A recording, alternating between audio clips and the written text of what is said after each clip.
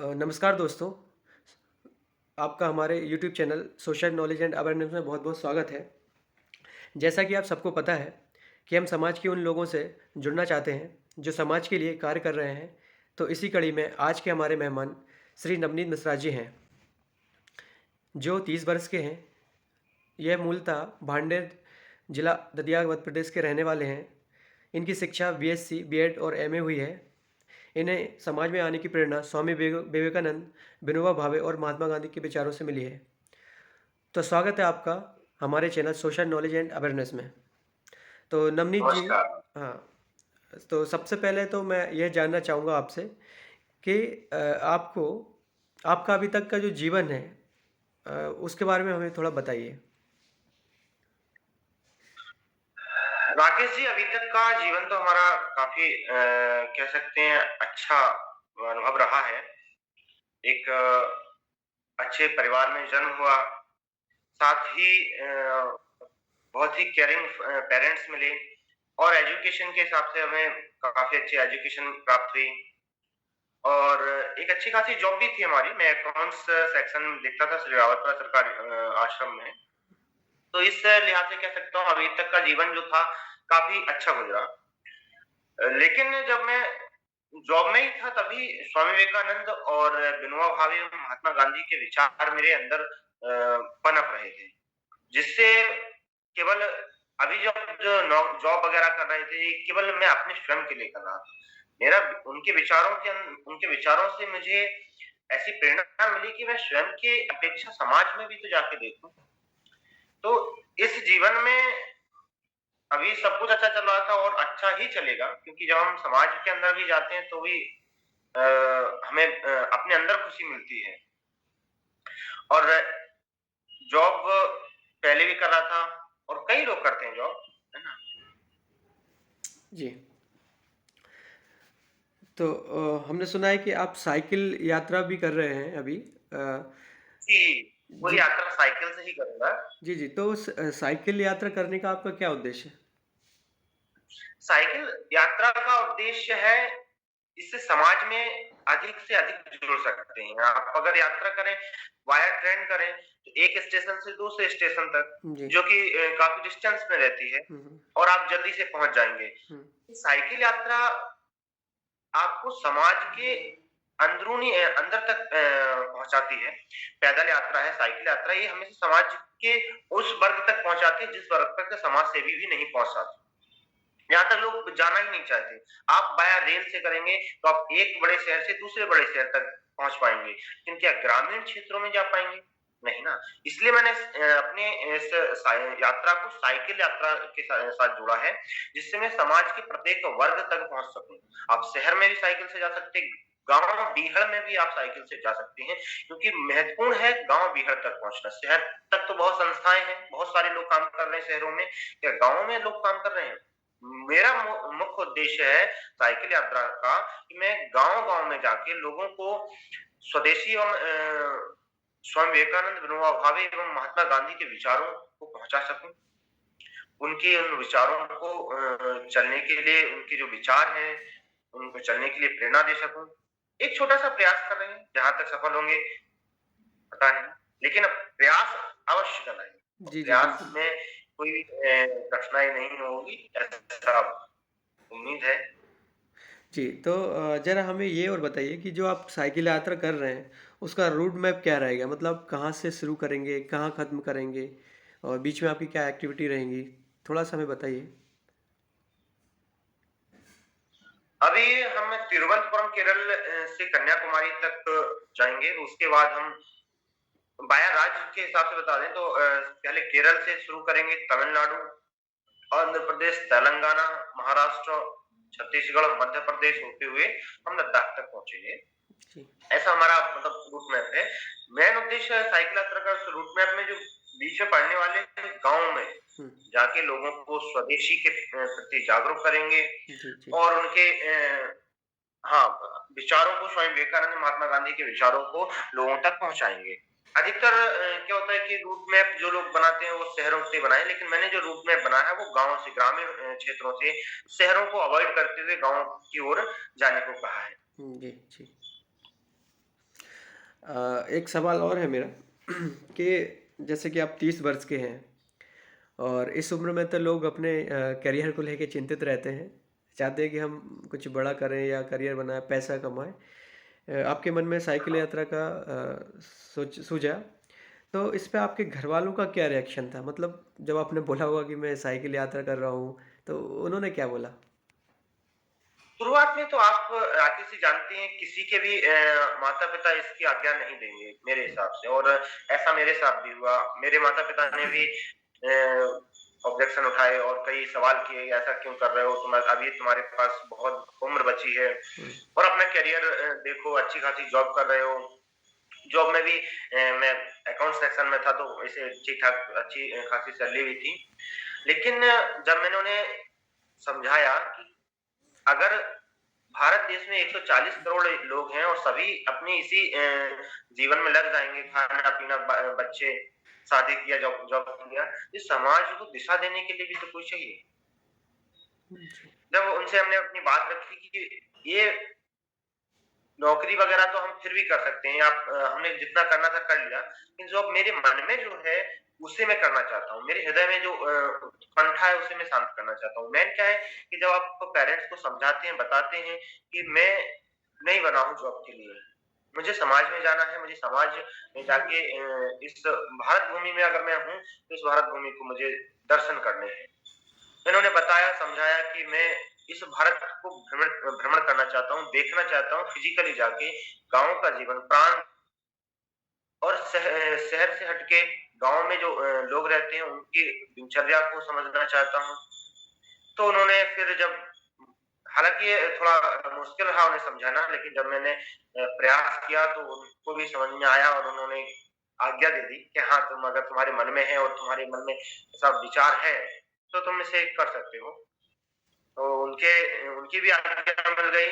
इसलिए मेन क्या होता है सबसे मैं महत्वपूर्ण बताऊँ राकेश जी कि बहुत मुश्किल होता है पेरेंट्स को छोड़ पाना और बहुत मुश्किल होता है पेरेंट्स के द्वारा छोड़ा जाना।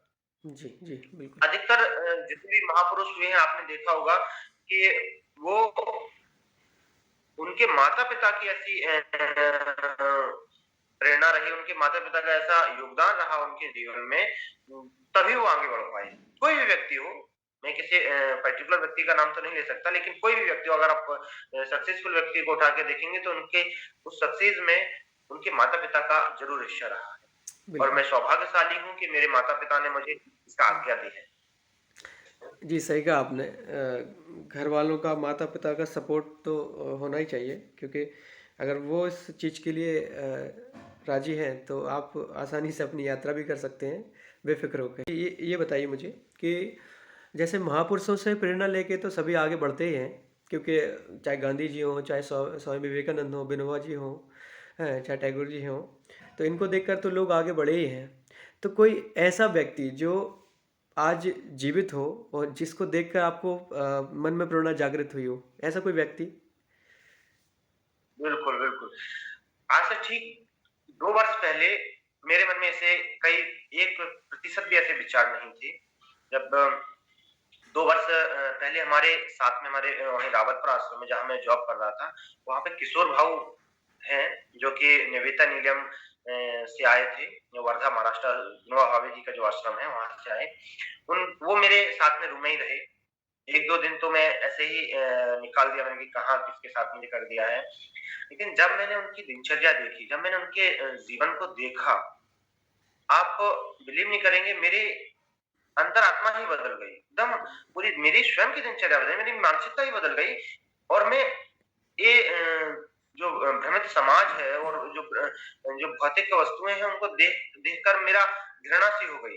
उनके जीवन का प्रभाव मेरे जीवन पे इतना पड़ा कि मैं आपको उसका बता नहीं सकता। उनका एक-एक मिनट अगर मैं कोशिश करता था कि मैं 1 मिनट उनके साथ में बैठ जाऊँ। एक-एक शब्द उनका इतना प्रभावशाली था क्योंकि जो वो बोलते हैं, वही करते हैं। उनकी सुबह जागरण से लेके रात्रि शयन तक प्रत्येक कार्य जो है हमने महात्मा गांधी को नहीं देखा जीवित में, हमने स्वामी विवेकानंद को नहीं देखा जीवित में, हमने विनोबा भावे को नहीं देखा जीवित में, लेकिन वो ऐसे ही होंगे, हमने जीवित किशोर भाऊ को देखा है। उनकी दिनचर्या, उनके कार्य कितनी भी मुश्किलें क्यों ना हो, उनके चेहरे पे मैंने कभी शिकन नहीं देखी। हमेशा चेहरा मुस्कुराता हुआ, अपने काम में लीन, जो एक-एक मिनट वो अपना व्यर्थ नहीं करते हैं। ऐसे ही हमने उनको उनके साथ में 2 वर्ष रहा। राकेश जी, उन 2 वर्षों में मेरे जीवन का पूरा एकदम पलट हो गया। पलट हो गया मतलब पलट गया। मैं पहले जैसा रहा हूँ, नहीं कह सकता, बता नहीं सकता कैसा रहा। वही सोचता था कि शादी करूँगा, अच्छी जॉब है, अच्छी-सी प्रमोशन और हो जाएगा, ये हो जाएगा, वो हो जाएगा। लेकिन जब मैं उनके साथ में रहा, ये सब भ्रांति और भ्रमित हो गई। मैंने कहा क्या है? जो उनके जीवन का प्रभाव मैं ये कह सकता हूँ कि मैं ही नहीं, कोई भी, मैं इतना कहूँगा, कोई भी उनके कुछ मिनट भी उनके सानिध्य में रह लेना तो लगेगा उसको स्वयं उसका जीवन सार्थक हो जाएगा, इतना कह सकता हूँ। बहुत ही मतलब सरल स्वभाव के और कर्मठ व्यक्ति हैं। और मैं तो इतना कहूँगा कि अगर महात्मा गांधी या विनोबा भावे का कोई रूप है, तो किशोर भाऊ है। जी, जी, बिल्कुल। सच में एकदम। जी। आप अपना जो व्यक्तित्व है उनका, उनके व्यक्तित्व वो साक्षात व्यक्तित्व को देख के मुझे उनसे बहुत प्रेरणा मिली। उन्होंने बहुत मार्गदर्शित मुझे किया और बहुत मुझे ये कह सकता हूँ मार्गदर्शन के साथ-साथ उन्होंने बहुत मेरा सपोर्ट भी किया। जब मैं शुरुआत में मैं उनसे कहा कि मैं ऐसा करना चाहता हूँ, तो माता-पिता जी को भी उन्होंने सर्टिफ़ाइड किया कि अच्छा। अगर बालक के अंदर ऐसा है, तो उसे मन में है तो उसे करना चाहिए। तो उनके इन विचारों को देख के, उनके व्यक्तित्व को देख के मुझे बहुत प्रेरणा मिली। जी। तो मुझे जब आप बता रहे थे कि किशोर भाई से जब आप मिले तो उससे पहले आप जॉब ही करते थे, प्लस आपके मन में ये भी था कि हाँ, जो शादी करना है, करूँगा। तो एक पर्सनली मेरा एक सवाल है, तो जैसे कि उनसे मिलने के बाद क्या आप शादी अब नहीं करने वाले हैं क्या?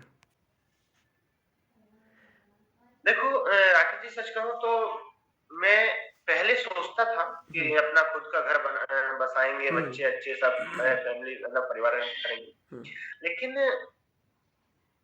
अब मुझे ऐसा नहीं लगता। अब मुझे लगता है कि अपने क्योंकि परिवार में जब आप अपनी पत्नी, बच्चे हो जाते हैं तो समाज के प्रति इतना ध्यान नहीं दे पाते जितना देना चाहिए। हुँ, तो मेरा विचार है कि मैं अपने जीवन को समाज के लिए समर्पित करूँ। जी, और मैंने ऐसा ही किया है। मैं अपने जीवन को अपने केवल केवल एक 4 व्यक्तियों के लिए ही नहीं, मैं संपूर्ण पृथ्वी पर जो समाज है, मतलब जितने भी लोग हैं उनके लिए समर्पित कर सकता हूँ और यही मैं करना चाहता हूँ। जी, इससे आपके इसलिए शादी का हाँ, हाँ, हाँ, इससे बिल्कुल आपके भी नहीं है तो घर पता जी, जी, इससे आपके घरवालों को कोई मतलब ऐतराज़ रहेगा कि हमारा बच्चा है, लोग सभी माँ-बाप सोचते हैं कि बच्चा है, शादी हाँ, हो, बच्चे हों, इस तरीके के से फिर मतलब क्या बोलते हैं घरवाले के का क्या रिएक्शन है? आपने उनको ये ऐसी बात देखिए साझा की है कि कभी? हाँ, ऐसा तो सभी है। प्रत्येक माँ-बाप चाहते हैं कि मेरे बच्चे की शादी हो, उसके भी बच्चे हों, खिलाने को हो। तो हमने जब उन्हें बताया कि मैं ऐसा नहीं करना चाहता क्योंकि मैं नहीं कर सकता। पहले मन में रहा होगा, रहा था, लेकिन अब सीधा मैं स्पष्ट शब्दों में मैंने माता-पिता जी को जब दोनों लोग थे, मेरे बड़े भाई भी हैं, उनकी शादी हो चुकी है, बच्चा भी है उनको। जी, मैंने कि बस अब क्या? बड़े भाई की शादी हो गई, बहू भी आ गई आपकी, नाती भी हो गया। अब मुझे स्वतंत्र कर देंगे तो कृपा होगी। जब मैंने स्पष्ट शब्दों में उनसे कहा कि मैं शादी नहीं करना चाहता, तो उन्होंने भी मेरे मन को कई बार टटोला। उन्होंने कि अगर तुम कुछ साल बाद कहोगे तो तब हम क्या करेंगे? अगर तुम कहोगे कि आप अगर मान लीजिए आप 5 से 7 साल बाद कहोगे मुझे शादी करनी है, तब क्या स्थिति कुछ अलग होगी। मैंने उन्हें स्पष्ट शब्दों से कहा कि मैं इस जीवन में तो शादी नहीं करने वाला। तो अब क्या है, कह सकते हैं कि एजुकेशन उनकी भी ऐसी रही है, सभी की हमारे पिताजी भी हायर एजुकेटेड हैं, है ना? और समाज के वो भी उस वर्ग से जुड़े हैं, जिस वर्ग में त्याग और समर्पण का भाव अधिक है। तो उन्होंने फिर कुछ कह सकते हैं कि अपने मन में पत्थर रख के मुझे इसकी भी आज्ञा दे दी। हमें ये मेरा ये एक सवाल और है कि आपकी जी। आगे की क्या क्या योजना है? आप किस तरीके से काम करना चाहते हैं आगे? जैसे साइकिल यात्रा हो जाएगी आपकी, तो आगे और भी साइकिल यात्राएँ आपको करना है या भारत घूमना है या विदेश भी घूमना है या फिर कुछ आप करना चाहते हैं या ऐसी कोई प्लानिंग है आपकी? राकेश जी, इस यात्रा के बाद सबसे महत्वपूर्ण कदम मेरा रहेगा कि समाज को एक और नई दिशा दें। युवाओं के लिए मैं काम करना चाहूँगा, क्योंकि आप भी देखते हैं कि हमारे अंचल संभाग में भी बहुत सारे युवा जो हैं वो बेरोज़गार हैं। बेरोज़गार इसलिए एजुकेटेड हैं, बेरोज़गार इसलिए क्योंकि उनके अंदर स्किल नहीं है। जी, बिल्कुल। तो मेरा मुख्य उद्देश्य रहेगा कि मैं उन्हें स्किल्ड कर सकूँ, स्वदेशी से जोड़कर उन्हें स्किल्ड करने का कार्य करेंगे, जिसके लिए हम कुछ एक लोग टीम बनाकर गाँव से युवाओं को प्रेरणा देके उनको अपने एक सेंटर पर लाके उन्हें स्किल्ड करेंगे, जैसे ग्राम उद्योग के प्रोडक्ट बनाना, ना? और ऐसे क्योंकि हमारे कुछ बहुत सारे मित्र हैं जो इसके बारे में काफ़ी स्किल्ड हैं, जो उन्हें सिखाएँगे, जिससे वो अपना स्वयं का एक रोज़गार कर सकें, जिससे समाज में एक नई दिशा मिलेगी और हमारा राष्ट्र भी मजबूत होगा, क्योंकि जो मल्टीनेशनल कंपनियाँ हैं, वो केवल लूटने का कार्य करती हैं। बिल्कुल। हमारा उद्देश्य है कि प्रत्येक युवा को एक रोजगार मिले, जिसके लिए हम एक सेंटर शुरू करेंगे अभी इस यात्रा के बाद, जिसमें हम प्रत्येक युवा को एक प्रशिक्षण देंगे, जिस उस प्रशिक्षण के ज़रिए वो अपना एक उद्योग या हम कह सकते हैं अपना एक रोजगार की शुरुआत कर सकता है।